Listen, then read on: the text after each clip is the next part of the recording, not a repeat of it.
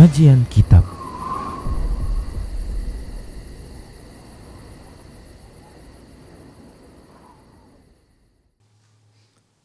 Bismillah, assalamualaikum warahmatullahi wabarakatuh. Innal hamdalillah nahmaduhu wa nasta'inuhu wa nastaghfiruh wa na'udzu billahi min shururi anfusina wa min sayyiati a'malina.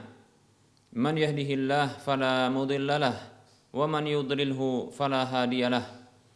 Wa ashhadu an la ilaha illallah wahdahu la syarika lah wa ashhadu anna Muhammadan abduhu wa rasuluhu sallallahu alaihi wasallam. Qala Allah tabaraka wa ta'ala, ya ayyuhalladzina amanu taqullaha haqqa tuqatih wa la tamutunna illa wa antum muslimun. Ya ayyuhan nasu taqu rabbakumul ladzi khalaqakum min nafsin wahidah wa khalaqa minha zawjaha wa bassa minhuma rijalan katsiran wa nisaa'a. Wattaqullaha alladzi tasaaluna bihi wal arham innallaha kana 'alaikum raqiba. Ya ayyuhalladzina amanu taqullaha wa qulu qawlan sadida yuslih lakum a'malakum wa yaghfir lakum dhunubakum wa may yuti'illaha wa rasulahu faqad faza fawzan 'azima. Amma ba'd. Fa inna asdaqal hadisi kitabullah wa khairal huda huda Rasulillah sallallahu alaihi wasallam wa syarral umuri muhdatsatuha wa kullu muhdatsatin bid'ah wa kullu bid'atin dhalalah wa kullu dhalalatin finnar. Para muslim, para hamba Allah rahimani wa rahimakumullah, kembali kita bersyukur kepada Allah Subhanahu wa taala yang masih senantiasa memberikan kenikmatan dan kebaikannya kepada kita. Selawat serta salam tak lupa kita ucapkan untuk Nabi-Nya Muhammad sallallahu alaihi wasallam. Semoga Allah Subhanahu wa taala meneguhkan kita di atas ketaatan kepada Allah dan Rasul-Nya. Para pemirsa Rosyad TV dan para pendengar Radio Medan Mengaji di mana saja Anda berada, kita akan lanjutkan pembahasan kitab Minhajul Muslim dalam bab akidah, dan kita memasuki pembahasan tentang wasilah, yaitu jalan dan upaya yang bisa mendekatkan diri kepada Allah Subhanahu wa taala. Seorang mukmin, seorang muslim, dia mengimani bahwa Allah Subhanahu wa taala mencintai amal-amal yang paling saleh. Seorang mukmin, seorang muslim mengimani bahwa Allah Subhanahu wa taala mencintai perbuatan-perbuatan yang baik, dan Allah juga mencintai para hamba-hambanya yang saleh. Seorang mukmin meyakini bahwa Allah Subhanahu wa taala memotivasi para hambanya untuk mendekatkan diri kepada Allah Subhanahu wa taala dengan jalan-jalan dan cara yang diridhoi oleh Allah Subhanahu wa taala. Maka seorang mukmin dengan dasar tersebut, maka dia pun mendekatkan dirinya kepada Allah Subhanahu wa taala, bertawasul dengan amal-amal salehnya untuk bisa dekat dengan Allah Subhanahu wa taala, dengan perkataan-perkataan yang baik, dengan perbuatan-perbuatan yang baik. Dan dia meminta kepada Allah Subhanahu wa taala dengan amal-amal solehnya. Ia meminta kepada Allah Subhanahu wa taala dengan nama-nama Allah Subhanahu wa taala dan sifat-sifatnya yang tinggi lagi mulia. Seorang mukmin, maka dia berusaha mendekatkan diri kepada Allah Subhanahu wa taala dengan amal solehnya, dan dia bertawassul kepada Allah Subhanahu wa taala dengan nama-nama yang maha indah dan sifat-sifat Allah yang maha tinggi lagi mulia. Dan dia mendekatkan diri kepada Allah Subhanahu wa taala dengan cara mengimani Allah Subhanahu wa taala, mengimani Rasul-Nya, mencintai Allah Subhanahu wa taala dan mencintai Rasul-Nya, mencintai orang-orang saleh dan seluruh orang-orang beriman. Maka dia mendekatkan diri kepada Allah Subhanahu wa taala dengan amal-amal yang telah Allah Subhanahu wa taala wajibkan kepada dirinya dalam Al-Qur'an maupun lewat lisan Rasulullah sallallahu alaihi wasallam dalam hadis-hadis yang sahih. Seperti dia mendekatkan diri kepada Allah dengan salatnya, dengan zakatnya, dengan puasanya, dengan amalan hajinya dan amalan-amalan kewajiban yang lainnya. Sebagaimana dia juga mendekatkan diri kepada Allah Subhanahu wa taala dengan amal-amal sunnahnya. Amal-amal sunnahnya. Begitu juga dia pun mendekatkan diri kepada Allah Subhanahu wa taala dengan meninggalkan apa saja yang diharamkan oleh Allah Subhanahu wa taala dan dilarang oleh Allah Subhanahu wa taala dalam Al-Qur'an maupun lewat lisan Rasulullah sallallahu alaihi wasallam. Seorang mukmin maka dia tidak akan meminta kepada Allah Subhanahu wa taala dengan kedudukan seorang pun dari makhluknya. Tidak juga dengan amalan seorang hamba dari hamba-hambanya. Karena kedudukan orang lain bukanlah hasil usaha dari dirinya. Dan amalan orang lain bukanlah amalannya. Maka dia meminta kepada Allah Subhanahu wa taala dengan amal-amal soleh yang dilakukannya, bukan yang dilakukan oleh orang lain. Demikian para hamba Allah rahimani wa rahimakumullah. Allah Subhanahu wa taala tidaklah mensyariatkan kepada hambanya agar para hambanya mendekatkan diri kepada Allah Subhanahu wa taala dengan amalan-amalan selain mereka, bukan dengan cara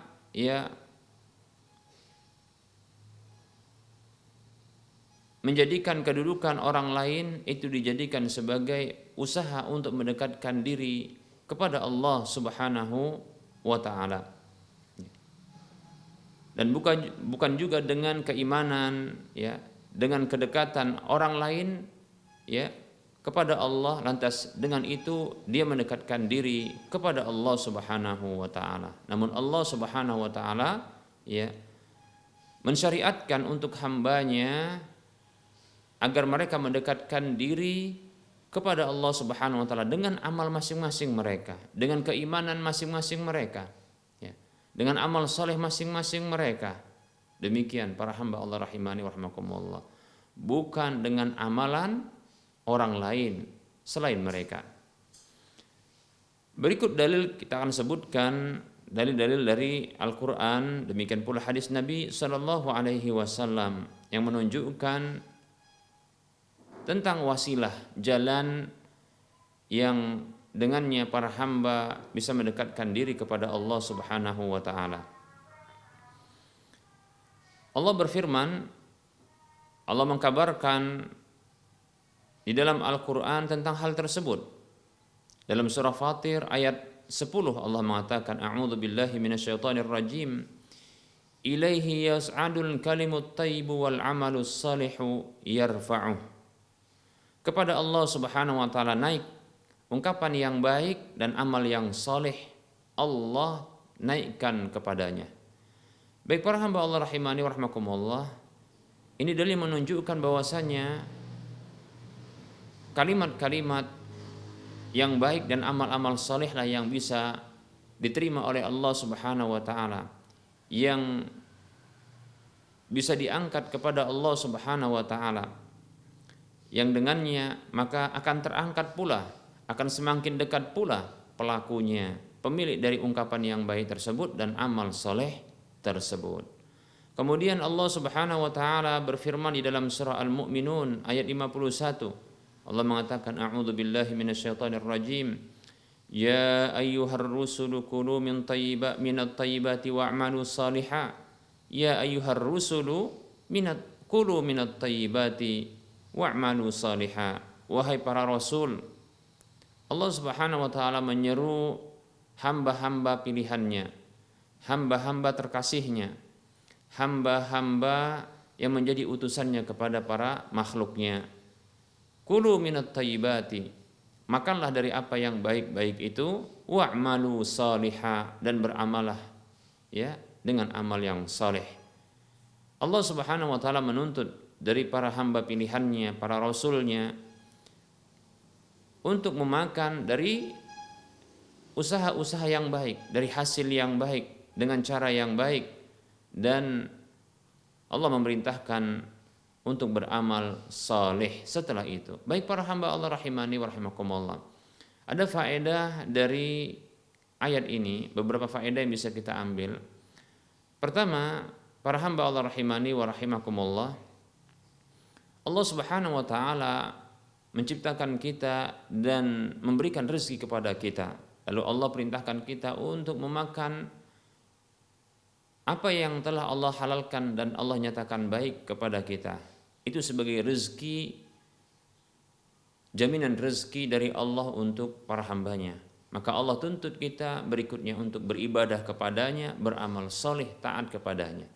Baik para hamba Allah rahimani wa rahimakumullah, ini yang pertama. Kemudian yang kedua,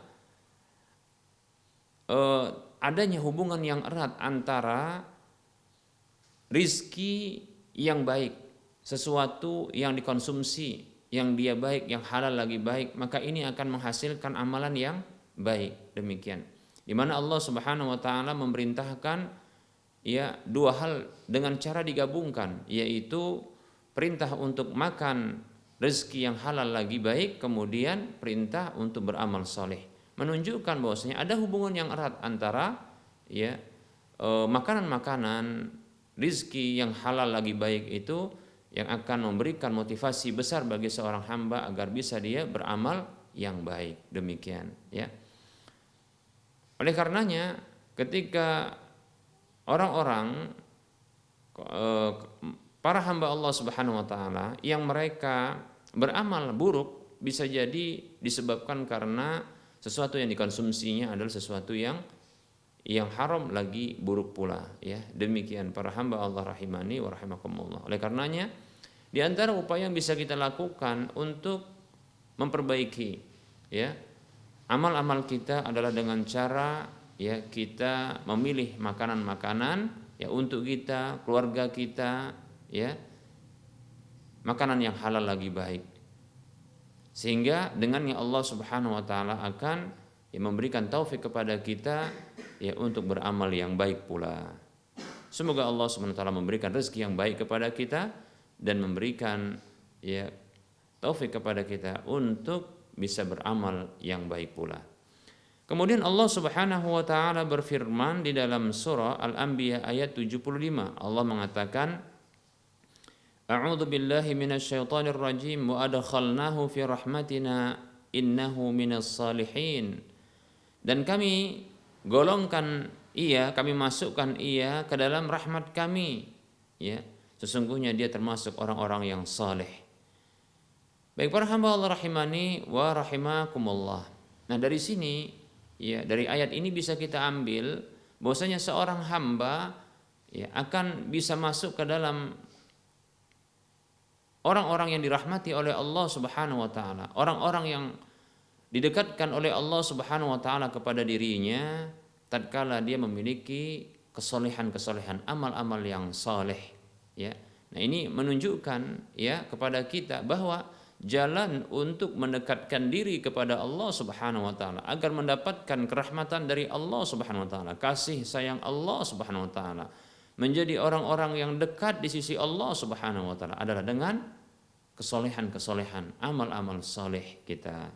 Demikian para hamba ya rahimani wa rahimakumullah. Kemudian Allah Subhanahu wa taala berfirman di dalam surah Al-Maidah ayat 35, Allah mengatakan, A'udzu billahi minasyaitonir rajim. Ya ayyuhalladzina amanu taqullaha wabtaghu ilaihil wasilata.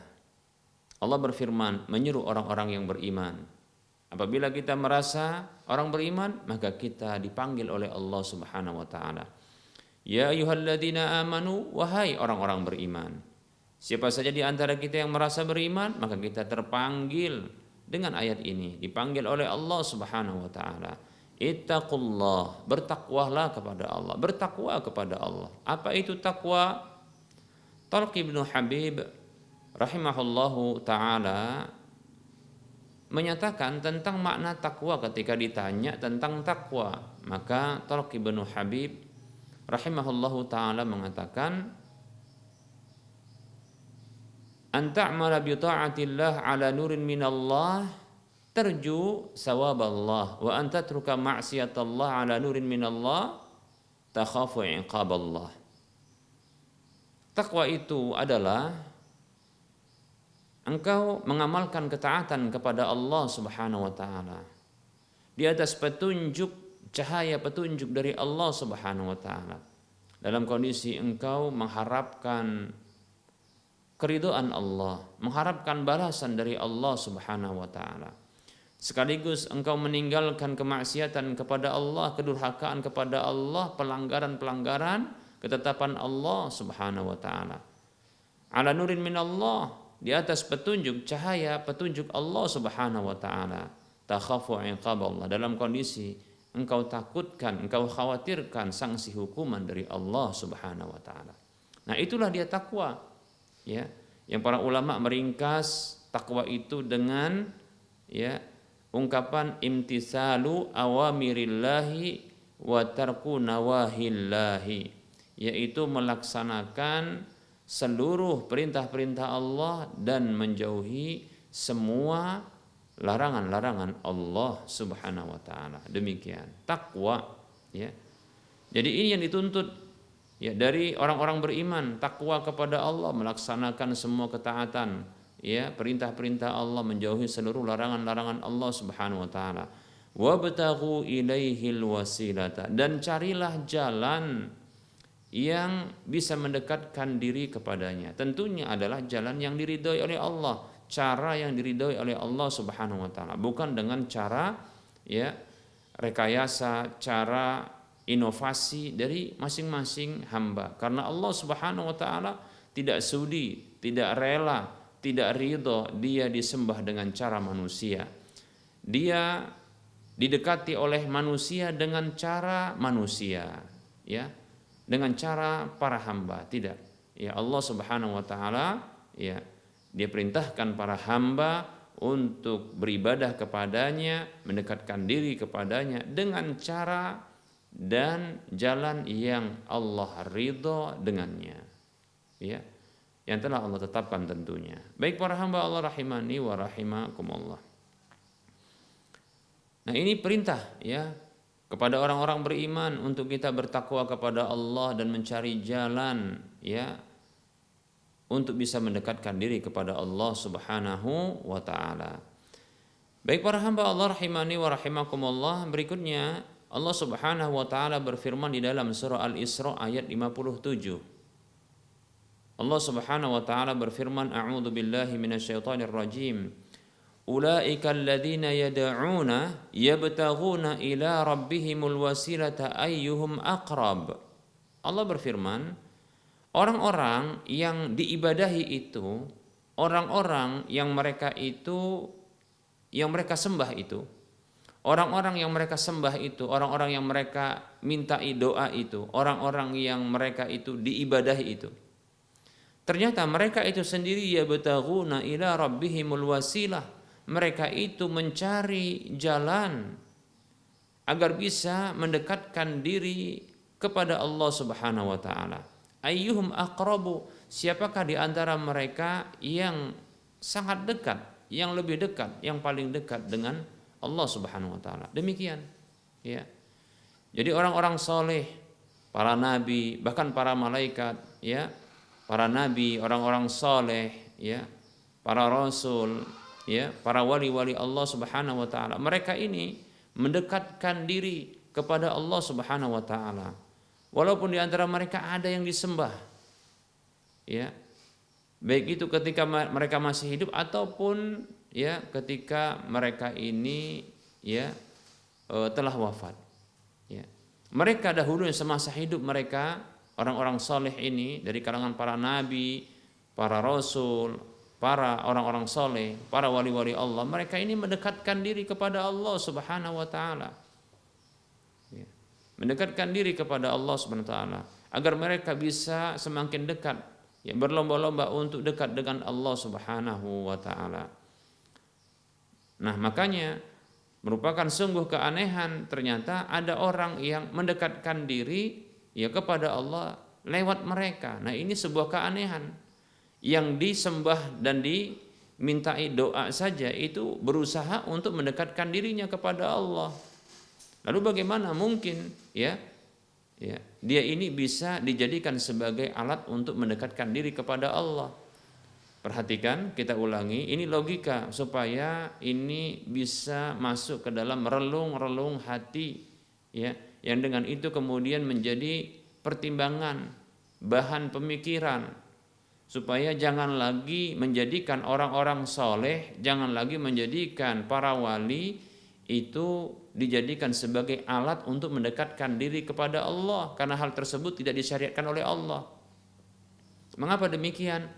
Allah sendiri yang mengkabarkan bahwasanya orang-orang yang disembah itu, orang-orang yang dimintai doa itu, ya, orang-orang yang diarahkan ya permintaan doa kepada mereka, mereka itu kata Allah, yabtaghuna ila rabbihimul wasilah. Mereka itu sendiri mencari jalan untuk mendekatkan diri kepada Allah. Ayyuhum aqrabu, siapa yang paling dekat dengan Allah di antara mereka. Lihat ya, seperti itu. Jadi orang-orang soleh dari kalangan para nabi, para rasul, ya, para wali-wali Allah Subhanahu wa taala, mereka ini sendiri mencari jalan untuk bisa dekat kepada Allah. Jadi ada sarana yang Allah ridhai untuk bisa dekat kepada Allah Subhanahu wa taala. Dan Allah itu telah jelaskan di dalam wahyunya. Di setiap waktu dan zaman tentunya, kan begitu. Ya, karena para nabi dan rasul mereka mendapatkan wahyu dari Allah Subhanahu wa taala. Dan wahyu yang diturunkan kepada umat akhir zaman yang kita ini adalah Al-Qur'an dan hadis. Begitu. Di sana diterangkan bagaimana cara untuk mendekatkan diri kepada Allah Subhanahu wa taala. Nah, orang-orang soleh semuanya mereka itu menjadikan sarana-sarana yang telah Allah ridhai ya, itu untuk bisa dekat dengan Allah. Maka bukanlah merupakan satu kelogisan, satu yang logika sesuai dengan logika dan akal sehat manusia.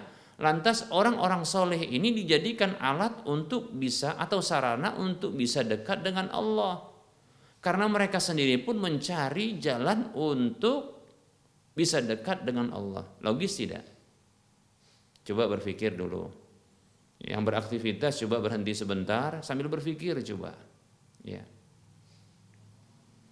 Nah, inilah kebatilan dari sebagian orang yang menjadikan orang-orang soleh, para nabi, para rasul, ya, ada orang-orang soleh dengan alasan ini kan mereka kan sudah orang-orang ini kan orang-orang yang dekat dengan Allah Subhanahu wa taala. Maka kita ini harus mendekatkan diri kepada Allah dengan mereka yang sudah dekat ini, begitu. Itu alasan, sebenarnya alasan klasik. Ya. Alasan orang-orang musyrik terdahulu. Ma na'buduhum illa liqarribuna ila Allahi zulfa. Begitu kata orang-orang musyrik dahulu, ya. Tidaklah kami menyembah mereka ini melainkan ya agar mereka ini bisa mendekatkan diri kami kepada Allah sedekat-dekatnya. Lihat, dijadikan orang-orang soleh itu sebagai sarana alat untuk bisa dekat kepada Allah. Ini padahal ya caranya orang-orang musyrik zaman dahulu. Ini Allah sudah bantah. Orang-orang soleh betul mereka dekat dengan Allah Subhanahu wa taala. Hanya saja dahulu mereka sebelum mereka dekat kepada Allah, mereka itu mendekatkan diri kepada Allah Subhanahu wa taala dengan sarana-sarana yang diridhoi oleh Allah Subhanahu wa taala sesuai dengan syariat yang Allah SWT tetapkan untuk mereka. Dan syariat yang ditetapkan oleh Allah untuk umat kita, maksudnya umat akhir zaman ini yaitu kita, itu syariat yang telah ditetapkan ya oleh Allah kepada Nabi kita Muhammad SAW, dan itu tertuang di dalam Al-Quran dan hadis Nabi SAW. Nah, mereka itu yang disembah dan diibadahi itu ternyata mendekatkan diri dengan sarana yang lain, yaitu sarana atau dengan yang lain, yaitu sarana-sarana yang diridhoi oleh Allah dan Allah telah tetapkan. Mestinya logikanya kita kalau mau dekat dengan Allah Subhanahu wa taala sebagaimana dekatnya para orang-orang soleh dari kalangan para nabi, para rasul, para wali-wali Allah tersebut, kita harus mengikuti jalan mereka dengan cara sarana-sarana yang telah Allah ridhoi untuk mereka dan saat ini untuk kita, ya, itu kita gunakan sarana itu untuk dekat kepada Allah, bukan malah mereka yang sudah dekat ini dijadikan sarana. Ini nggak logis, ya, begitu loh. Nah ini bantahan yang sesuai dengan logika. Begitu para hamba Allah rahimani wa rahimakumullah. Betul bahwasanya kita semua ini diperintahkan untuk dekat dengan Allah Subhanahu wa taala sebagaimana tadi sudah kita sebutkan. Orang beriman kan diperintahkan untuk dekat dengan Allah, mendekatkan diri kepada Allah. Nah, cuma bukan dengan jalan pintas. Nah, itu dia. Namanya jalan pintas, ya. Jalan pintas ini ya biasanya pintas juga dia, cepat sesatnya. Baik para hamba Allah rahimani wa rahimakumullah. Dan ini tidak sesuai dengan logika apabila kita mendekatkan diri kepada Allah dengan orang-orang yang sudah dekat dengan Allah Subhanahu wa taala. Para nabi, para rasul dan orang-orang soleh. Tidak benar yang begitu. Enggak sesuai dengan logika. Ya. Coba pahami firman Allah ini, yaitu surah Al-Isra ayat 58. Ya, pahami. Saya bacakan lagi. Mudah-mudahan ini jadi ruqyah bagi orang-orang yang suka ya mendekatkan diri kepada Allah dengan cara ya mendatangi kuburan para wali-wali yang dengan itu katanya bisa mendekatkan diri kepada Allah Subhanahu wa taala. Ya. Baik ya, para hamba Allah rahimani wa rahimakumullah. Saya bacakan firman Allah surah Al-Isra ayat 57. Allah mengatakan a'udzu billahi minasyaitonir rajim. Ulaika alladzina yad'una yabtaghuna ila rabbihimul wasilata ayyuhum aqrabu. Mereka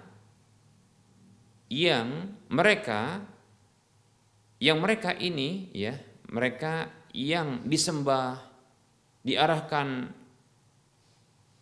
doa permintaan kepada mereka, ya. Yad'un ini maknanya bisa ya orang-orang yang mereka ini yad'un artinya mereka doa kepada orang-orang ini. Maksudnya doa minta kebutuhan kepada mereka, ya. Kedekatan kepada Allah Subhanahu wa taala. Atau bisa juga maksudnya adalah beribadah kepada mereka. Mereka ini ternyata yabtaghun, mereka mencari ila rabbihimul wasilata, mencari wasilah itu jalan yang bisa mendekatkan diri kepada Allah, ayyuhum aqrabu, yang dengan itu dia akan menjadi orang yang paling dekat ya dengan Allah Subhanahu wa taala. Perhatikan ini, ya. Jadi mendekatkan diri kepada Allah Subhanahu wa taala ya, lewat orang-orang soleh bukanlah dengan cara menjadikan orang-orang soleh ini diibadahi, dimintai, didekatkan kita dengan beribadah kepada mereka, atau kita beribadah di sisi mereka. Bukan. Akan tetapi sarana-sarana yang dahulu mereka pernah tempuh untuk mendekatkan diri kepada Allah itu yang kita lakukan. Begitu.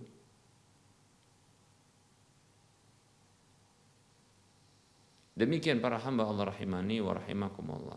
Sarana-sarana yang telah Allah ridhoi ya untuk mereka yang bisa mendekatkan diri kepada Allah itu yang kita ikuti.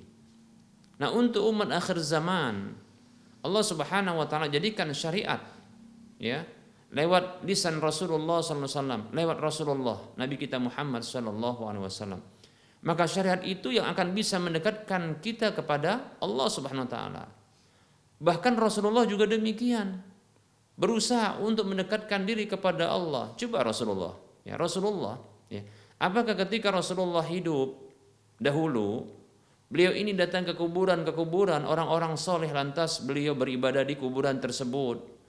Ya, bukankah sangat mungkin bagi Rasulullah untuk bertanya kepada malaikat Jibril atau kepada Allah langsung, di manakah kuburan Abul Anbiya, kuburannya bapaknya para nabi dan rasul itu, penghulunya para nabi dan rasul. Siapa itu? Nabi Ibrahim. Sangat mungkin, sangat bisa. Lawang Nabi kita Muhammad SAW saja itu bisa ya ke langit, kan begitu, Isra Mi'raj. Demikian ya. Sangat mungkin, tapi beliau tidak lakukan. Kenapa? Karena bukan begitu caranya. Mendekatkan diri kepada Allah Subhanahu wa taala bukan dengan mendekatkan diri kepada orang-orang soleh pada kuburan-kuburan mereka, di kuburan-kuburan mereka, bukan. Bahkan yang ada Nabi kita Muhammad sallallahu alaihi wasallam memperingatkan umatnya dari beribadah di dekat kuburan. Rasulullah mengatakan sallallahu alaihi wasallam, la'anallah al-yahuda ittakhadhu qubur anbiya'ihim masajida. Ya. Allah telah mengutuk orang-orang Yahudi yang mereka itu menjadikan kuburan nabi-nabi mereka sebagai masjid, tempat ibadah. Lihat. Orang-orang Yahudi itu mendekatkan ya, menggabungkan masjid dengan kuburan, yaitu tempat ibadah mereka dengan kuburan orang-orang soleh. Itu dikutuk oleh Allah. Dalam hadis yang lain Rasulullah mengatakan, inni anhakum an dzalika, sesungguhnya aku melarang kalian dari hal itu. Lihat itu. Dilarang oleh Nabi SAW. Karena bukan dengan cara itu kita mendekatkan diri kepada Allah Subhanahu wa taala. Ya. Coba apa yang dilakukan Nabi SAW? Nah, kita pasti tahu beliau adalah orang yang paling dekat dengan Allah, makhluk yang paling mulia di sisi Allah, makhluk yang paling takut dan paling bertakwa kepada Allah. Apa yang beliau lakukan? Apakah beliau datang ke kuburan? Mendekatkan diri kepada orang-orang soleh dahulu? Tidak. Apa yang beliau lakukan? Baca hadis-hadis Nabi SAW. Ya. Beliau sholat di masjid, ya, mengingatkan manusia kepada ya Allah Subhanahu wa taala agar beribadah kepada Allah, agar meninggalkan larangan-larangan Allah. Beliau ibadah di malam hari sampai kaki beliau bengkak-bengkak. Beliau juga berpuasa di siang hari. Beliau juga berinteraksi dengan manusia. Begitu. Itu teladan kita. Bukankah Allah mengatakan, A'udzu billahi minasyaitonir rajim, laqad kana lakum fi Rasulillahi uswatun hasanah liman kana yarjullaha wal yawmal akhir. Sungguh benar-benar untuk kalian itu pada diri Rasulullah SAW ada suri tauladan yang baik. Bagi siapa? Bagi yang mengharapkan perjumpaan dengan Allah dan mengharapkan ya pertemuan dengan hari akhir. Berjumpa dengan Allah dalam kondisi Allah ridha. Berjumpa dengan hari akhir, dia mendapatkan balasan kebaikan. Sehingga dia menjadi orang yang dekat dengan Allah Subhanahu wa taala. Baik para hamba Allah rahimani wa rahimakumullah. Demikian. Seperti itu ya sesungguhnya yang sebenarnya ya. Baik para hamba Allah rahimani wa rahimakumullah. Berikutnya Allah Subhanahu wa taala berfirman dalam surah Ali Imran ayat 31. Allah berfirman, A'udzu billahi minasyaitonir rajim, Qul in kuntum tuhibbunallaha fattabi'uni yuhibbukumullahu wa yaghfir lakum dzunubakum. Allah berfirman dalam surah Ali Imran ayat 31 yang artinya Qul, ini perintah. Katakan perintah Allah kepada Rasulullah Muhammad sallallahu alaihi wasallam. Agar ini disampaikan kepada umat Rasulullah sallallahu alaihi wasallam. In kuntum tuhibbunallah, apa bunyinya? Ini artinya. Jika kalian benar-benar cinta kepada Allah, jika kalian mengaku cinta kepada Allah, siapa yang enggak ngaku cinta sama Allah? Ya. Orang-orang beriman insyaallah taala semuanya mereka ngaku beriman ya kepada Allah dan cinta kepada Allah. Karena mereka meyakini Allah Subhanahu wa taala adalah zat yang mengadakan mereka dari tiada, kemudian memberikan berbagai fasilitas kehidupan bagi mereka, memberikan kenikmatan-kenikmatan dan kebaikan kepada mereka.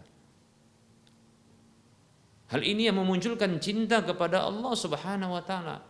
Ya. Ketika mereka menyadari ternyata semua kebaikan itu datang dari Allah, semua kenikmatan itu berasal dari Allah. Maka cinta kepada Allah. Permasalahannya kita cinta kepada Allah ini terkadang pengakuan saja, ngaku cinta tapi nggak ada buktinya. Tahu nggak bahwasanya cinta kalau nggak dibuktikan, apalagi memang tak bisa dibuktikan karena memang tak cinta, itu pengakuan saja. Kata orang sekarang itu cinta gombal. Baik para hamba Allah rahimani wa rahimakumullah, ini perintah Allah kepada Rasulullah untuk mengucapkan in kuntum tuhibbunallah, apabila kalian benar-benar cinta kepada Allah, fattabi'uni, maka ikutilah aku. Maksudnya ikutilah orang yang diperintahkan untuk mengucapkan kalimat ini. Siapa itu? Rasulullah. Maka ikuti Rasulullah sallallahu alaihi wasallam. Apa yang didapatkan kalau ngikutin Rasulullah sallallahu alaihi wasallam? Perhatikan, bukti cinta adalah mengikuti Rasulullah, begitu ya. Jadi cinta kepada Allah, cinta kepada Rasulullah itu dibuktikan dengan taati Rasul, karena ketaatan kepada Rasul merupakan ketaatan kepada Allah. May yuti'ir rasula faqad ata'a Allah, kata Allah. Siapa saja yang taat kepada Rasul maka sungguh dia telah taat kepada Allah. Demikian. Itu. Jadi bukti cinta mengikuti orang yang dicinta, begitu ya. Kemudian apa yang didapatkan ketika mengikuti Rasulullah sallallahu alaihi wasallam, yang itu merupakan bentuk mengikuti Allah Subhanahu wa taala. Yuhibbukumullah, Allah pasti mencintai kalian, wa yaghfir lakum dzunubakum, dan mengampuni untuk kalian dosa-dosa kalian. Baik para hamba Allah rahimani wa rahimakumullah ya. Yang didapatkan ketika membuktikan cinta tersebut dengan cara melaksanakan ya dan mengikuti orang yang dicinta, maka yang didapatkan adalah kecintaan. Kemudian begitu juga ampunan. Masya Allah. Ada orang yang mereka, aku cinta sama Allah dan Allah cinta sama aku. Begitu katanya. Ini sekedar pengakuan. Buktikan. Ya. Kata para ulama, ini ayat mihnah. Ini ayat ujian. Ya. Kenapa? Karena orang yang mengaku cinta maka dia diuji untuk membuktikan cinta. Ya. Harus dia buktikan cintanya. Jangan sekedar hanya mengaku cinta tapi nggak dibuktikan cintanya. Bukti cinta kepada Allah dan juga kepada Rasulullah adalah mengikuti ya Rasulullah SAW, yang dengan itu mengikuti Allah Subhanahu Wa Taala. Yang akan didapatkan setelah itu adalah cinta Allah Subhanahu Wa Taala dan ampunan dari Allah Subhanahu wa taala. Begitu para hamba Allah rahimani wa rahimakumullah.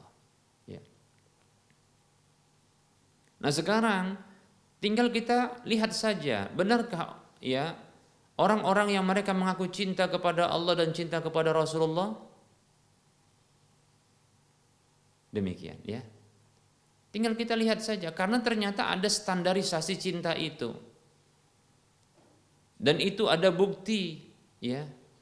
Jangan hanya asal bunyi saja, asal bunyi saja. Maksudnya asal nyeplos.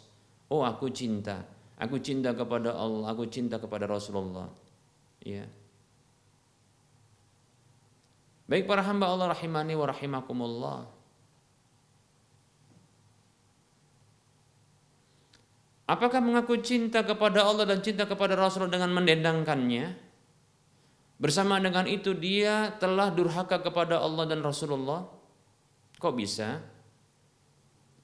Coba bayangkan, ya. Berdendang dengan alat-alat musik itu dilarang oleh Rasulullah Shallallahu Alaihi Wasallam.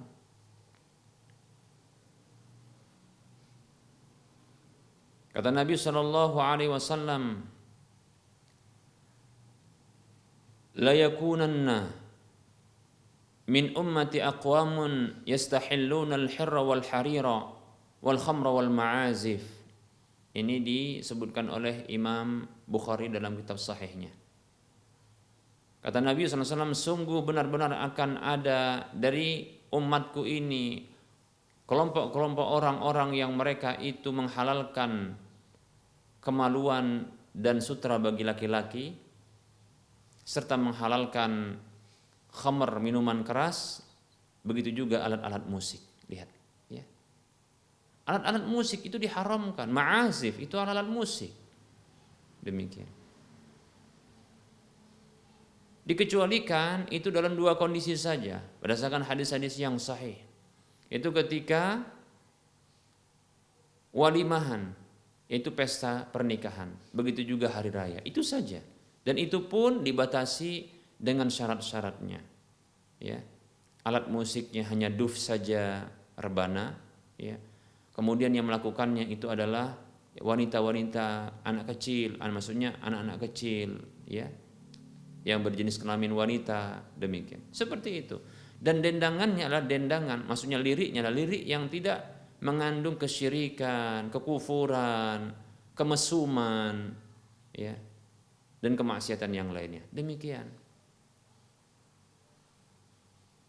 Nah, ini kita dapatkan, masya Allah, orang mengaku cinta dengan alat musik yang luar biasa, ya.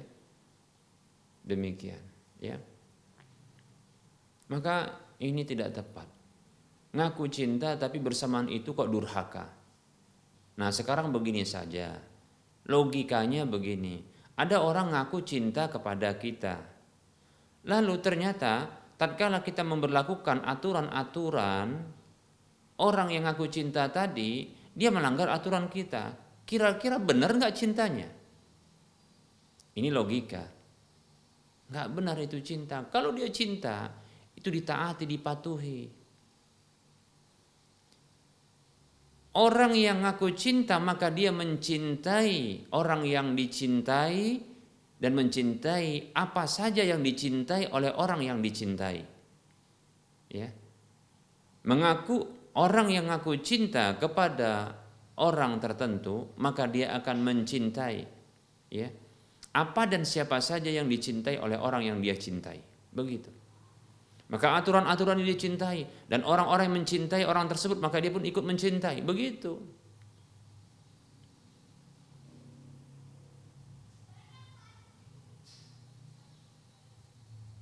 Baik para hamba Allah rahimani wa rahimakumullah. Dan anehnya, ya, ketika ada orang-orang yang mereka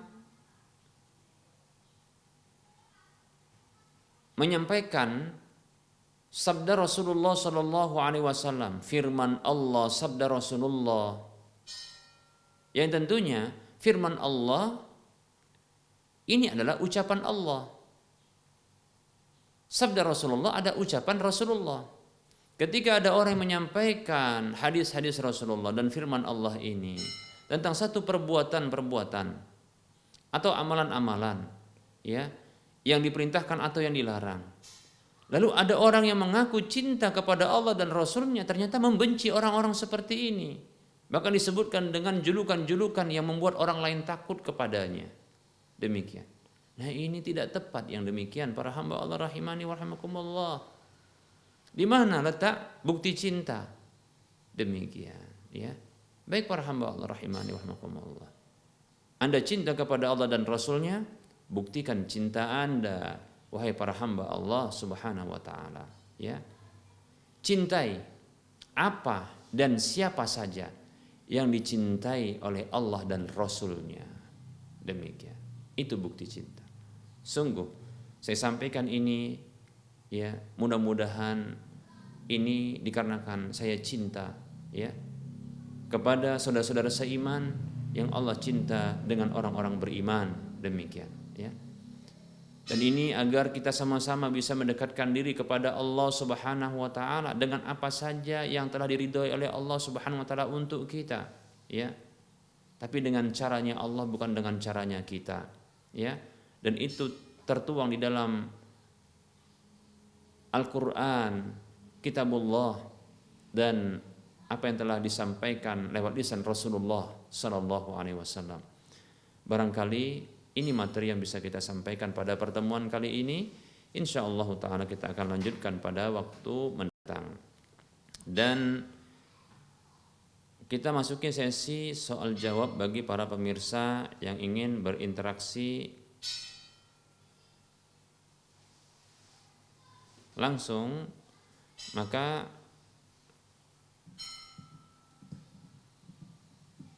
silahkan hubungi nomor layanan kami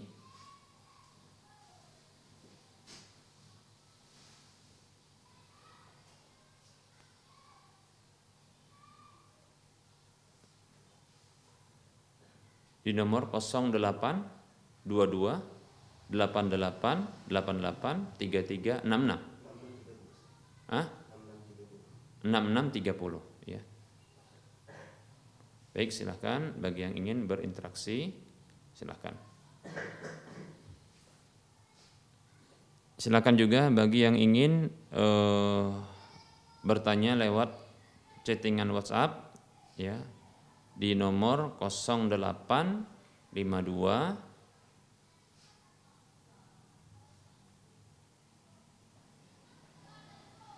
6190 4177, ya.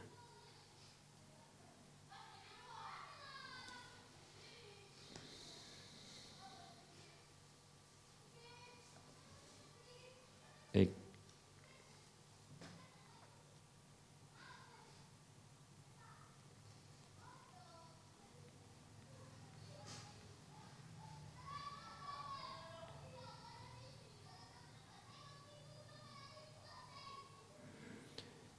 Ada pertanyaan, kita masuki, ya, sesi soal jawab. Dari pertanyaan yang sudah masuk terlebih dahulu, kita akan mulai.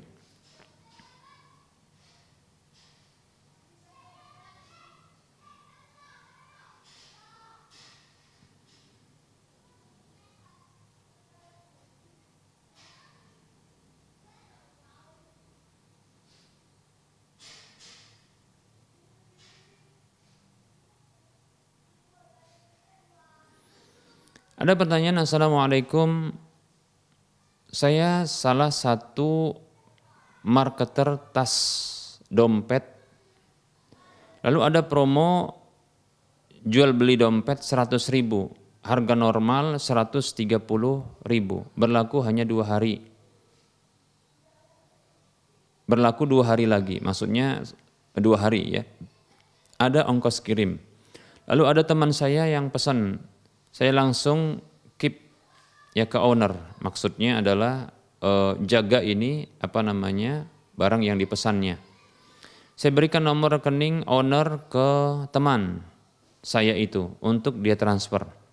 Pilihan lainnya, saya transfer dulu pakai uang saya. Setelah barang yang dipesan berupa dompet itu datang, konsumen datang mengambil ke tempat saya. Konsumen pilih saya yang transferin. Setelah dompet datang, saya kabari konsumen tersebut, teman tadi, dompet sudah datang. Saya kasih waktu 3 hari batas pengambilannya. Konsumen bilang besok insya Allah diambil, ya. Ternyata dia tidak datang dan tidak ada kabar. Hari ini terakhir, ya. Hari ini hari terakhir yang saya berikan. Pertanyaan saya, Ustadz, bolehkah hari ini saya kabari dia lagi? Kalau hari ini tidak diambil dompetnya, maka harga akan kembali normal 130.000, karena dari owner juga dibatasi waktunya.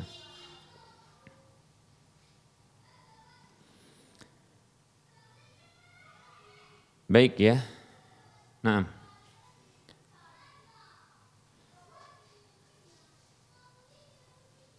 Waalaikumsalam warahmatullahi wabarakatuh. Marketer dalam pemahaman saya adalah sebenarnya agen, ya. Dia agen.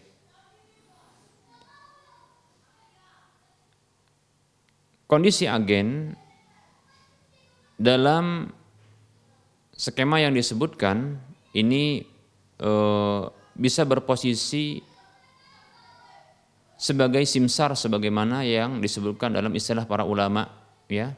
Simsar. Dalam ulama fikih simsar yaitu agen. Adapun akadnya keagenan, ya, akad keagenan, samsarah. Baik ya. Untuk kasus yang ditanyakan ini, ya, sesungguhnya barang yang tidak langsung kepada konsumen yang dia mengendap, ya, atau kita katakan sampai kepada sang marketer atau agen tersebut, maka ini sesungguhnya belum berpindah kepemilikannya kepada, ya, kepada sang konsumen, ya. Baik itu dibayarkan lebih dahulu atau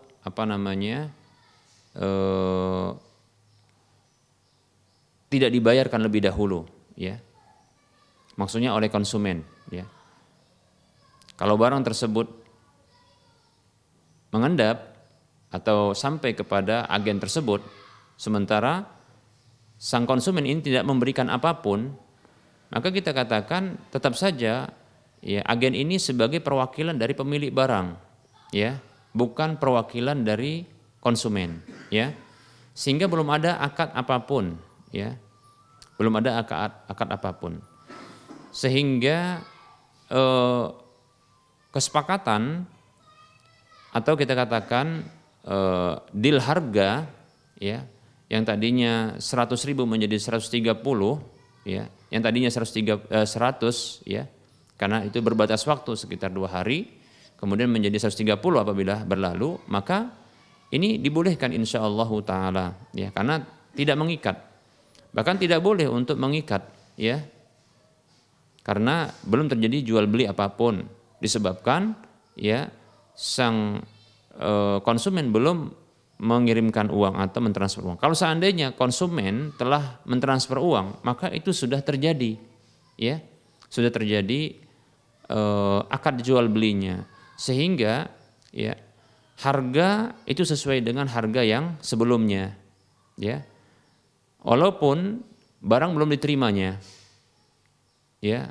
Walaupun barang belum terimanya, namun ketika dia telah mentransfer, yaitu konsumen telah mentransfer uang tersebut, ya, maka barang itu adalah barang miliknya, walaupun dia belum menerimanya. Hanya saja menjadi masih dalam tanggungan dari pemilik barang atau penjualnya, demikian, karena dia belum menerimanya. Apabila diwakilkan kepada agen, maka tentunya di sini agen sebagai wakil dari sang konsumen, demikian. Permasalahannya tadi adalah, ya, agen ini yang diminta untuk mentransfer, ya, agen yang diminta untuk mentransfer, ya. Kemudian barang sudah diterima, ya. Permasalahannya si agen ini kesulitannya, ya, yang sepertinya ini kerancuan, ya. Agen ini dia menjadi perwakilan dari pemilik barang, penjual, ataukah perwakilan menjadi dari konsumen. Nah, ini masalahnya. Kalau saya pribadi, ya, ini adalah sesungguhnya masih wakil dari sang pemilik barang atau penjual. Bahkan ketika sang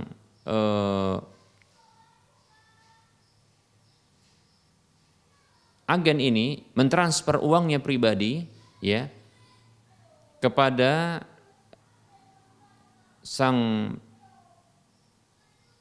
penjual, lantas barang itu sampai kepada dirinya, itu bisa jadi adalah, ya, barang milik agen. Dalam hal ini bahkan dia bukan lagi menjadi agen tapi menjadi pemilik barang, sehingga dia boleh untuk menetapkan harga ya yang baru, ya, atau mengikuti ketetapan dari pemilik barang atau penjual. Bila dia memiliki ya waktu promo dan sudah berakhir promonya, maka boleh dia berlakukan harga berikutnya dengan syarat ya sang konsumen itu belum memberikan uangnya, ya seperti itu.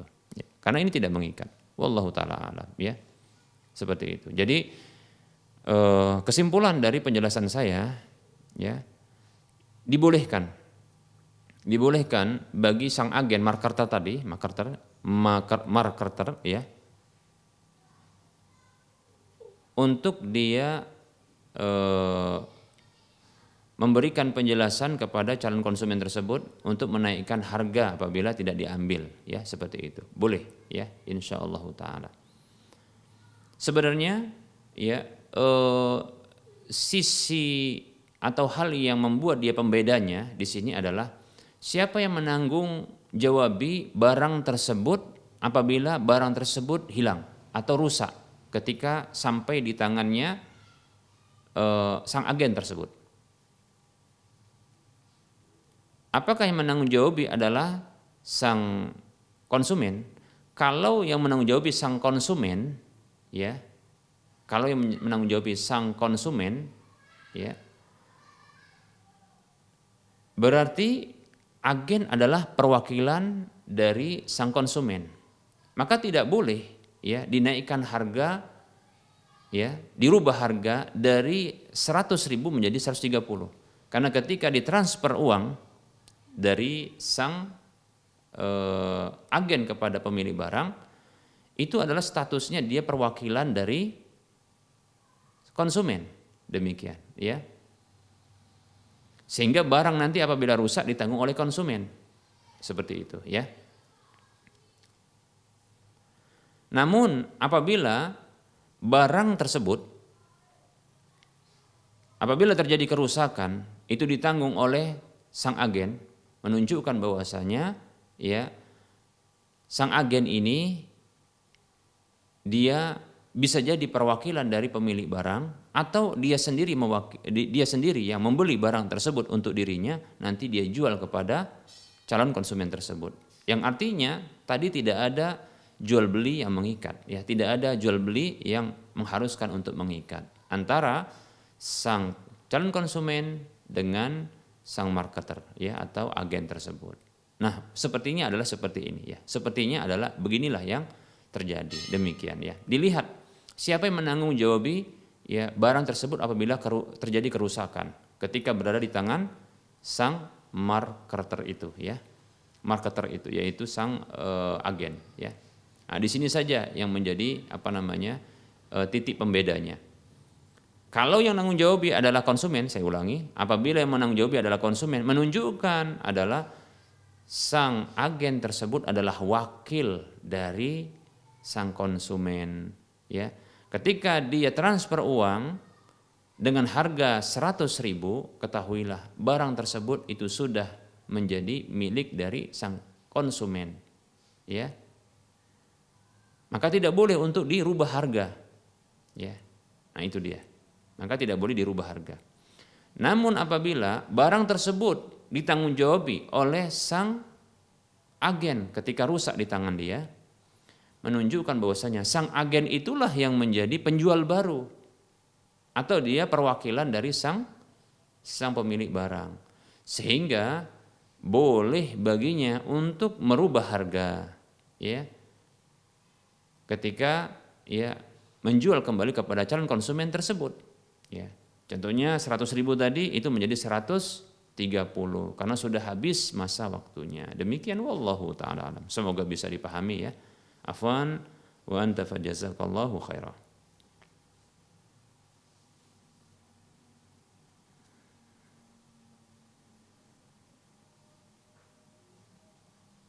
Ada pertanyaan, Assalamualaikum Ustadz. Bismillah, mohon maaf Ustadz, mau tanya persoalan hutang piutang orang tua saya yang sudah meninggal. Saya baru dapat informasi apabila ternyata orang tua saya sudah 10 tahun lalu punya hutang uang Saya bermaksud melunasi hutangnya. Untuk perhitungan hutangnya seperti apa ya Ustadz? Karena nilai hutang, nilai uang sekarang berbeda dengan nilai uang 10 tahun yang lalu. Mohon penjelasannya Ustadz. Ya, terima kasih.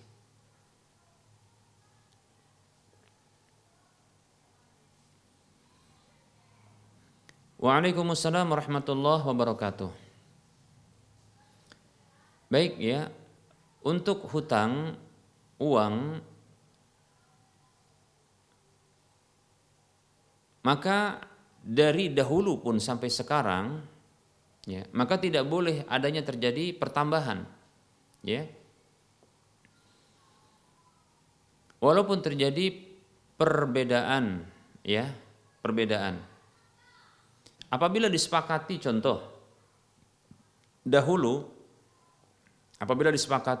contohnya uang tersebut akan dibayar 10 tahun lagi dan itu mengikuti ya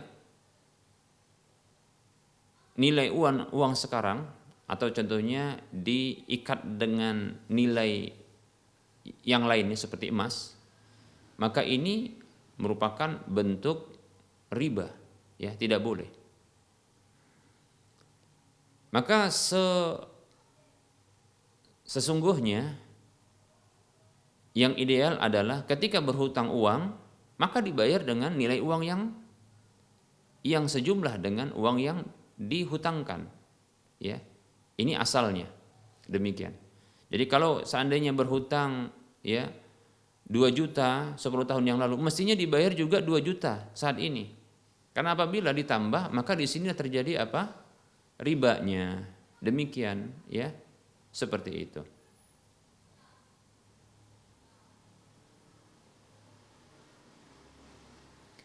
Apabila hendak dibayar dengan saat ini, karena tidak ada kesepakatan dahulu, saat ini ingin dibayar dengan emas contohnya. Boleh tidak? Maka boleh, tapi dengan harga sekarang ketika hendak dibayar dengan emas. Contoh, kalau seandainya dahulu berhutang 2 juta, nah saat ini 2 juta itu dapat berapa emasnya? Demikian. Dapat sekitar kurang lebih 2 sekian gram emas. Ya itu, seperti itu. Demikian. Baik para hamba Allah rahimani wa rahimakumullah. Nah, ini pendapat yang lebih hati-hati ya. Wallahu taala a'lam ya. Demikian seperti itu.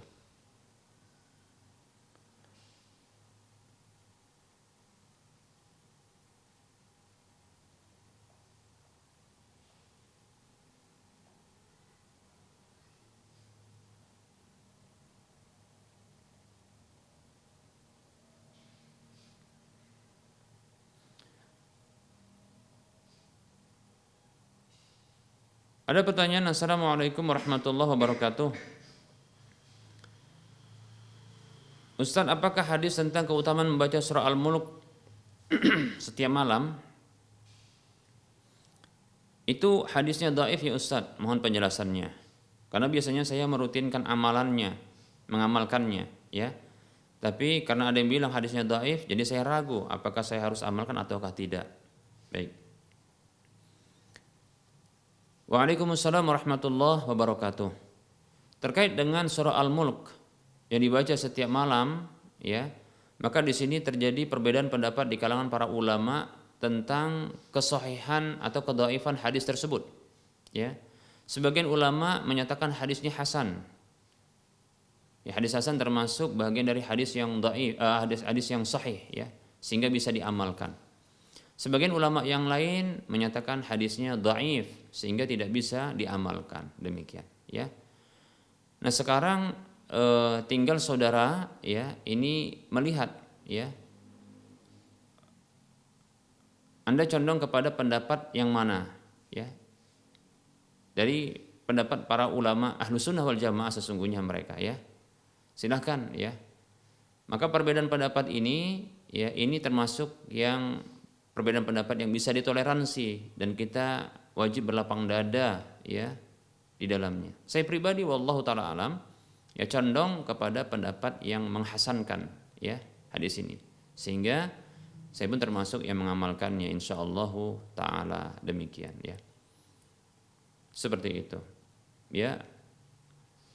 Adapun yang menyatakan hadisnya dhaif, maka ya tentunya tidak boleh baginya untuk mengamalkannya. Demikian. Seperti itu. Jadi ada perbedaan pendapat, ya, perbedaan pendapat. Maka kita berlapang dada. Hanya saja kita memilih pendapat yang paling dekat dengan kebenaran tentunya, ya. Seperti itu. Nah, kalau bingung mana yang paling benar Ustadz, maka tinggal lihat, ya. Kalau dalam masalah ini siapa yang mensahihkan, siapa yang mendhaifkan, nah seperti itu. Siapa yang mendhaifkan, siapa yang mensahihkan. Kalau saya condonglah kepada Syekh Fulan, ya, ulama Fulan yang telah mensahihkan hadis tersebut atau menghasankan hadis tersebut, maka silahkan amalkan, ya. Walaupun bersama dengan itu dia mengatakan ada yang mendhaifkan, ya, maka tidak masalah insyaallah taala. Bagi yang menyatakan ini hadis ini dhaif, saya tidak mau mengamalkan, maka tidak masalah insyaallah taala, ya. Tapi mari kita berlapang dada, ya, dalam perbedaan yang bisa ditoleransi ini. Wallahu taala a'lam.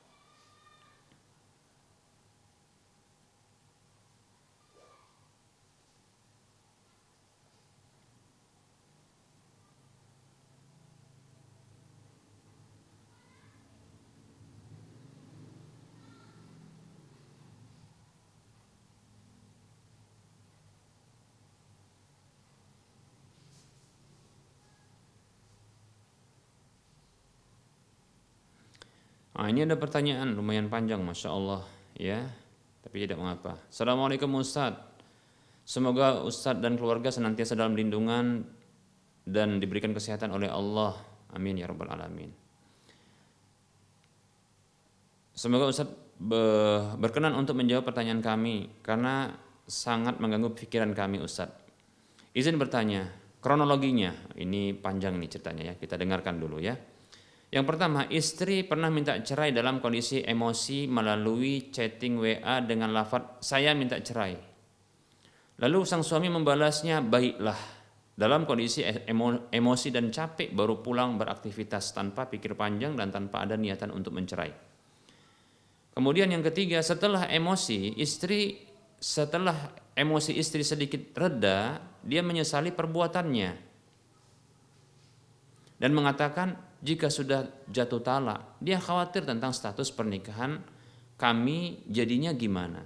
Kemudian suami bersikeras itu bukan jatuh talak. Jadi suami istri ini berbeda pendapat. Istri mengatakan sudah jatuh talak, sementara sang suami tidak, ya. Karena suami berpendapat dia tidak berniat untuk menceraikan istrinya dan hanya dalam kondisi emosi. Kemudian akhirnya malam itu juga suami mengatakan kalau memang itu jatuh talak, sekarang kita rujuk ya dek, begitu. Malam itu juga kami bertaubat dan beristighfar mohon ampun kepada Allah atas kebodohan dan kesalahan kami Ustadz. Yang saya ingin tanyakan, bagaimana status pernikahan kami Ustadz? Kemudian apakah sudah jatuh talak? Ya. Ketiga, apakah rujuk kami pada malam itu sah? Baik. Ya.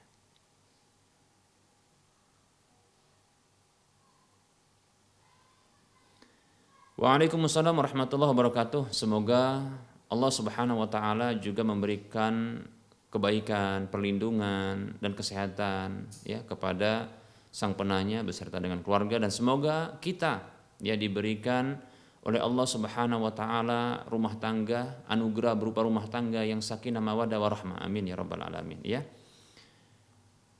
Baik, dari kasus yang ditanyakan ini, apakah status pernikahan kami Ustaz? Ya masih suami istri. Ya. Status pernikahannya masih suami istri insyaallah ta'ala. Pertanyaan yang kedua, apakah sudah jatuh talak? Jawabannya tidak. Kenapa? Karena sang suamilah yang berhak untuk menjatuhkan talak, bukan istri. Adapun istri yang minta cerai, maka itu dosa. Ya, kata Nabi SAW, ayyuma imra'atin sa'alat min zawjiha at-talaqa min ghairi ma ba'sin faharamun 'alaiha raihatul jannah. Ini harus tobat ini sang istri tersebut. Wanita mana saja yang minta talak atau cerai dari suaminya tanpa alasan dibenarkan, maka haram baginya aroma surga. Masya Allah. Taubat ya supaya dapat lagi aroma surga, ya. Taubat. Ini hadis riwayat Ibnu Majah dan yang lainnya. Maka taubat, ya. Jadi istri tidak berhak untuk mentalak. Kalau minta talak bukan lantas jatuh. Kalimat baiklah ini bukanlah ungkapan talak. Ini persetujuan atas permintaan istri. Maka untuk mentalak dibutuhkan untuk kalimat insya baru ya untuk mengucapkannya. Seperti kalimat ungkapan seseorang kepada istrinya, baiklah. Tidak sampai di situ, maka untuk sahnya dia katakan saya talak kamu. Begitu. Itu kalimat yang sah. Kalau hanya baiklah, maka ini bukanlah merupakan kalimat talak, tapi persetujuan atas permintaan istri. Demikian ya. Jadi tidak jatuh talak. Apakah rujuk kami pada malam itu sah? Jawabannya tidak ada rujuknya karena tidak ada talaknya. Jadi apa itu? Ya entah apa namanya ya. Yaitu mungkin rujuk karena tengkar ya, karena ada memang kembali baik setelah tengkar, namanya juga rujuk, tapi bukan rujuk yang dalam istilah syar'i, tapi hanya kembali setelah bertengkar. Tapi alhamdulillah kita katakan sudah baikan lagi, mestinya begitu ya, selalu baikan setelah ada sedikit pertengkaran, tapi jangan sengaja tengkar lalu nanti baikan ya. Ya, tidak demikian. Nah, seperti itu. Insyaallah taala tidak ada talak dan tidak ada rujuk dari talak tersebut karena tidak ada talak atas dasar permintaan istri yang hanya disetujui permintaan tersebut. Ya. Harus ada ungkapan baru talak dari suaminya, demikian, ya. Seperti itu. Dan saya minta kepada istri tersebut dan semua istri yang mengikuti kajian ini untuk ya tidak bermudah-mudah meminta talak dari suaminya karena ancamannya adalah haram aroma surga. Dan jangan suami itu bermudah-mudah juga untuk mentalak istrinya karena itu sesuatu yang diinginkan oleh iblis ya dari bala tentaranya ya untuk memisahkan manusia dari pasangan hidupnya. Demikian. Semoga Allah Subhanahu wa taala memberikan kepada kita rumah tangga yang sakinah mawaddah warahmah dan semoga kita bersama dengan pasangan hidup kita sampai ke surga. Amin ya rabbal alamin. Afwan wa anta fajazakallahu khairan. Baik. Barangkali ini saja yang bisa kita sampaikan kajian ya. Tentunya banyak kesalahan, kekurangan dan kekeliruan. Kebenaran itu datang dari Allah, maka ambillah. Kesalahan, kekeliruan dan kekurangan itu datang dari saya pribadi dan bisikan syaitan, itu maka tinggalkanlah. Kepada Allah saya mohon ampun dan kepada para pemirsa dan para pendengar sekalian saya mohon maaf. Dan sebelum berakhir seperti biasa kita akan motivasi saudara-saudara seiman, mari kita berdonasi ya untuk membebaskan lahan yang nantinya akan dibangun di lahan tersebut Masjid Al-Muwahhidin untuk wilayah Medan dan sekitarnya ya. Silahkan arahkan donasi Anda ke Bank Syariah Mandiri atau Bank Syariah Indonesia di nomor 7127488555 atas nama Yayasan Lajnah Dakwah Medan, kode bank 451 ya. Miliki aset akhirat di mana setelah kita wafat bahkan dalam kondisi kita masih hidup tatkala ya kita berinfak ya, ini akan mengalir pahalanya kepada kita seterusnya ya, lebih-lebih tatkala itu dimanfaatkan ya. Mari infakkan dan salurkan sedekah jariah Anda ke Bank Syariah Mandiri atau Bank Syariah Indonesia di nomor 7127485555 atas nama Yayasan Lajnah Dakwah Medan, kode bank 451. Semoga Anda termotivasi dan semoga bermanfaat. Mohon maaf atas segala kekurangan. Kita bertemu kembali di lain kesempatan. Wassallallahu ala Muhammad wa ala alihi wa ashabihi ajma'in. Subhanakallahumma wa bihamdika asyhadu an la ilaha illa anta astaghfiruka wa atubu ilaika walhamdulillahi rabbil alamin. Wassalamualaikum warahmatullahi wabarakatuh.